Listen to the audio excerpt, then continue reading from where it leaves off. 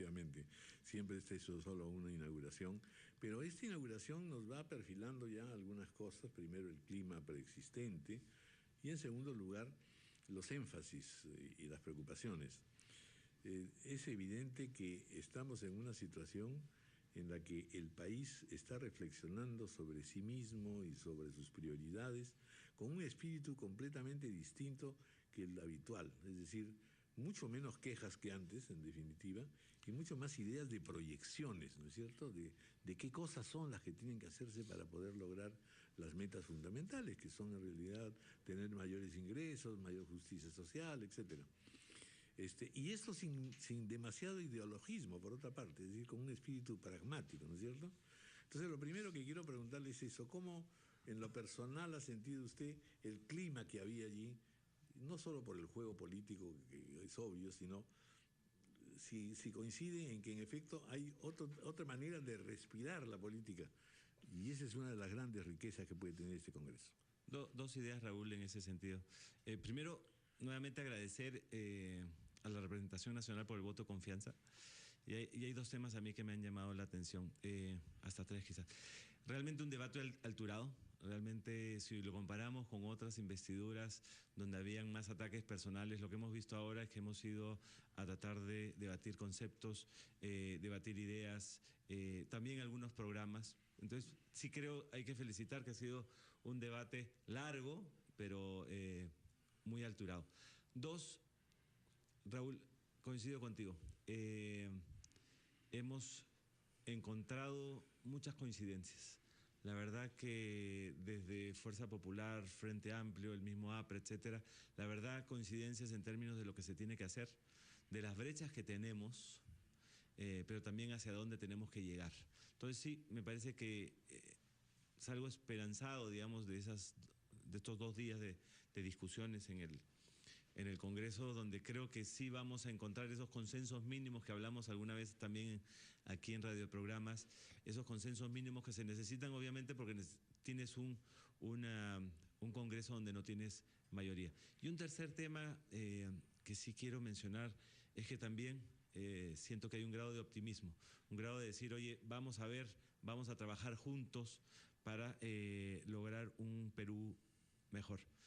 Nuestro estilo, Raúl, y tú conoces al presidente y a varios ministros, nuestro estilo es de trabajar. Así que después de este voto de confianza, lo que nos queda a nosotros es trabajar 24 horas por 7 para llevar a cabo este plan, que tiene por objetivo finalmente, digamos, cambiar sobre todo los temas sociales y tener impacto en la gente, en los ciudadanos.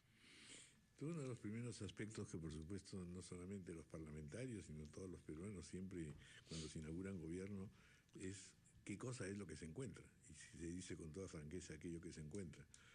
Y como era de imaginar, eso se lo plantearon inmediatamente a ustedes, en el sentido de decir, bueno, díganos en realidad si están o no con el gobierno. Se lo plantearon con un cierto matiz político, pero básicamente, ¿qué cosa encuentra usted? ¿Cuáles son los defectos y las virtudes de lo que estamos heredando del ollantismo? Eso es lo primero. Y lo segundo es esta idea que en realidad nos adelantamos mejor a decir algunas cosas y pedir algunas cosas para que el gobierno esté enterado de nuestra posición. Y en ese caso lo que ha tenido primacía, indudablemente, han sido los reclamos, sobre todo sectoriales por un lado, pero sobre todo de las regiones. Aquí ha habido una presencia muy rica y muy interesante. Naturalmente, quien los veía decía, bueno, lo que pasa es que, claro, tiene que hacerse ver porque ha sido elegido, tienen que verlo sus paisanos, pero independientemente de eso, está claro que lo que va a venir va a ser una correlación constante, ya no de estrecheces ni de polémicas, pero sí de gobierno central y gobiernos regionales. Voy a empezar por la segunda pregunta. ¿Estamos convencidos que sí necesitamos más que acercarnos a las regiones, trabajar con las regiones y desde las regiones? Creo que hay un mandato claro de que, digamos, tenemos que ir a un proceso de descentralización sin dejar de lado que somos un país unitario. Pero sí entendemos que la forma de llegar, digamos, a más del 60% de la población es estar junto con las regiones. Y vamos a cambiar de estilo, Raúl. Antes muchas veces se trató simplemente de legislar, oye, cómo desarrollo capacidades, cómo transfiero funciones, etcétera. No, y legislar también un poco desde un punto de vista de que yo soy el todopoderoso, ¿no es cierto? Desde el centro. Y el dadivoso. Sí. Desde el centro, desde Palacio, desde Girón Junín, etcétera, ¿no? Es más, interesantísimo el mismo ministro de Economía, un ministerio que muchas veces está muy centralizado, ya ha dado anuncios de este concepto del nuevo MEF, ese nuevo MEF que realmente está junto con las provincias, junto con las regiones. Y dos temas ahí, Raúl. Nosotros lo que queremos hacer es conversar y tener agendas con los gobiernos regionales. Ya lo hemos hecho con la Mancomunidad Amazónica, también con la del Centro. Vamos a tener ya la primera reunión con la Mancomunidad del Norte en Cajamarca el próximo mes. Es más, es el próximo 2 de septiembre nos juntamos todos los ministros con todos los gobernadores. El concepto aquí es identificar justamente dónde están las brechas, identificar presupuestos, además conjuntos, y ponernos de acuerdo hacia dónde avanzar. Si no lo hacemos juntos conversando, esto no va a funcionar. Y fortalezas también, ¿no? Porque las hay, en regiones hay fortalezas que a veces ignoran. Hay muchas fortalezas. Y también el concepto de desarrollo económico de las regiones. No es simplemente cómo haces para poner más inversión pública, sino cómo complementas inversión pública también con inversión privada. Entonces, la verdad, creemos que tenemos una nueva forma de mirar las regiones. Y el presidente Kuczynski lo tiene muy claro. Y el mensaje fue desde la primera semana, tenemos que ir a las regiones. Hemos además hemos bloqueado un día en el calendario de los ministros, los martes, para que salgan a provincias, vayan. Y no solo los ministros en esa visita protocolar, sino también los equipos de los ministerios. Algo también que hay que resaltar. Yo no creo necesariamente en los consejos de ministros descentralizados. Porque los consejos de ministros descentralizados, llevarte a todos los ministros para que vean la agenda normal. Sí, más bien es una parafernalia para la foto, digamos. Exactamente. Lo que tenemos que hacer es ir en jornadas de trabajo a las regiones. Contesto tu primer tema. Sí, después nos vamos al primer tema, porque como consecuencia de lo que se viene señalando, me resulta muy interesante saber cómo eso va a traducirse en qué organismo, ¿no es cierto? Aquí se está planteando que exista un ministerio de encargado de las regiones, algunas otras posibilidades. Es decir, ¿cómo va a ser institucionalmente la relación constante? Aparte de los viajes y visitas, etc. Tenemos dos opciones, ¿no? Hay una propuesta de un ministerio, eso lo vamos a ver en su momento, lo vamos a discutir en el gabinete de ministros. Acuérdense también que después vienen las facultades delegadas y esa es una opción. Y la otra es el Consejo Interregional, que ya existe, digamos, en la ley, que es esta facultad que tiene la presidencia del Consejo de Ministros para reunir a los gobernadores y también a los representantes locales y en base a eso generar agendas de trabajo. Pero más allá de la estructura que se busque, creo que lo que hay hoy es la intención activa del presidente de la República y de sus ministros de buscar ese acercamiento con las regiones. Las reuniones que hemos tenido eran los ministros con 6 gobernadores regionales y el presidente. Más allá de una estructura determinada, lo que hacíamos era identificar problemas, escuchar y esperamos en 2 meses volver a reunirnos y decir, oye, esto lo vamos a tratar de esta manera. Entonces, hoy no me preocupo tanto en las formas, sino en el espíritu y la intención que tiene este gobierno. Pasamos al tema del diagnóstico. Yo en mi exposición, tenía 2 horas. Cuando uno revisa el reglamento es 1 hora. Pero yo dije, bueno, en 1 hora voy a decir poco. La verdad tengo muchos temas que hablar. Entonces pedí 2 horas y al final la mesa me concedió, hice 2 horas 9 minutos. Y yo sí había hecho un diagnóstico general, pero la representación nacional me pidió que sea más detallado. Y ahí entramos al detalle en algunos sectores. Ahora sí creo que ese detalle lo van a seguir viendo las diferentes comisiones. Ya hay ministros que a partir del lunes comienzan a ir a las diferentes comisiones y es ahí donde me parece que se tiene que ver el diagnóstico. ¿Qué se recibe? ¿Qué se recibe? ¿No? Yo mencioné, digamos, en mi discurso de clausura 2, salud, donde yo considero que hemos retrocedido y en varios indicadores, ¿no?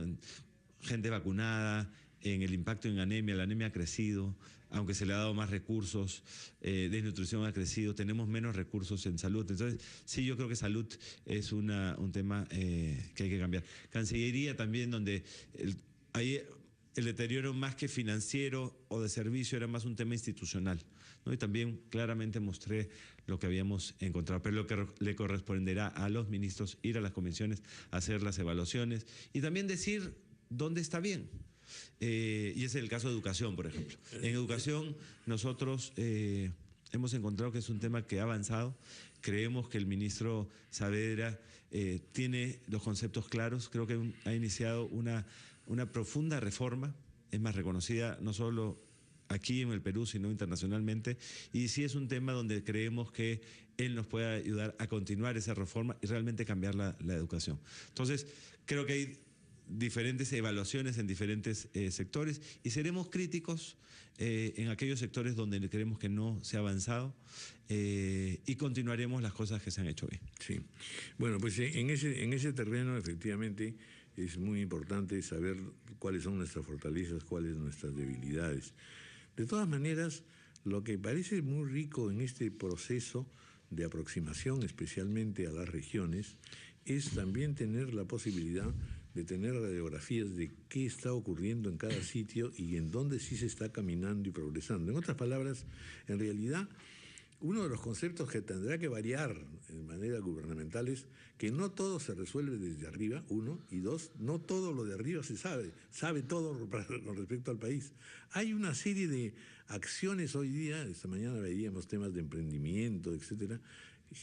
El país está respondiendo a muchas cosas sin necesidad del apoyo oficial y nos está dando lecciones de cómo resolver. Yo vengo de Trujillo y me he quedado tan impresionado de ver el trabajo, el crecimiento, la riqueza de toda esta zona, que uno dice, bueno, después de todo este pesimismo que hemos tenido en las elecciones, no se justifica el ver cómo se está moviendo el país.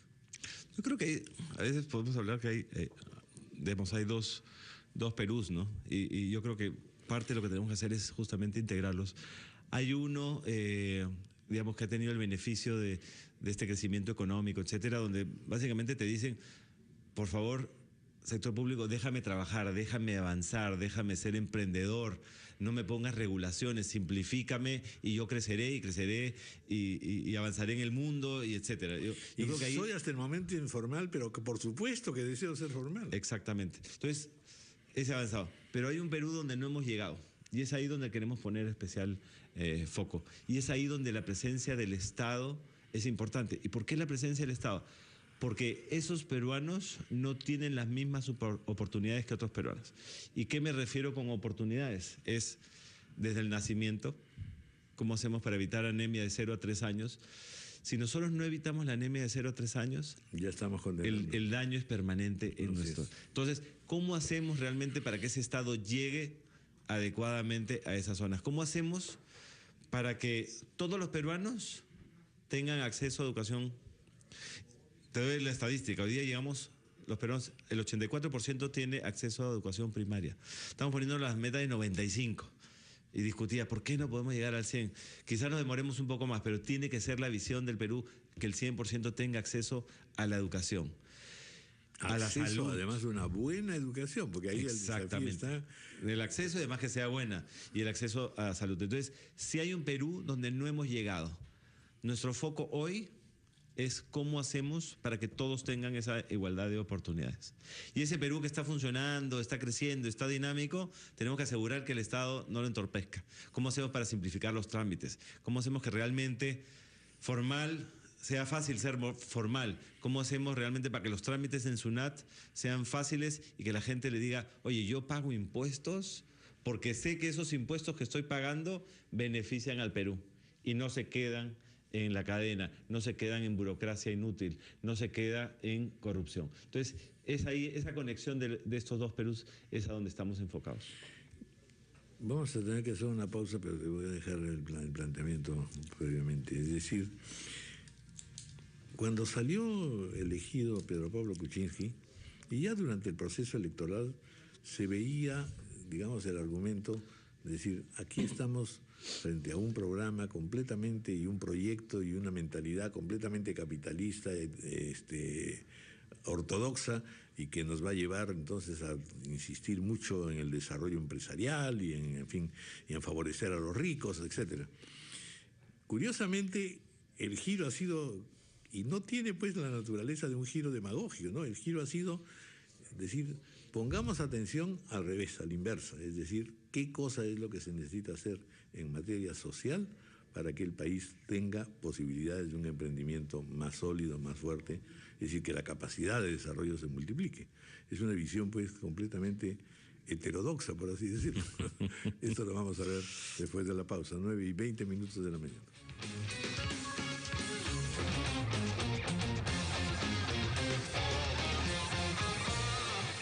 Estercita, ¿te llegó mi mensaje? Se nota cuando alguien no tiene 20 y tiene 50 o 60.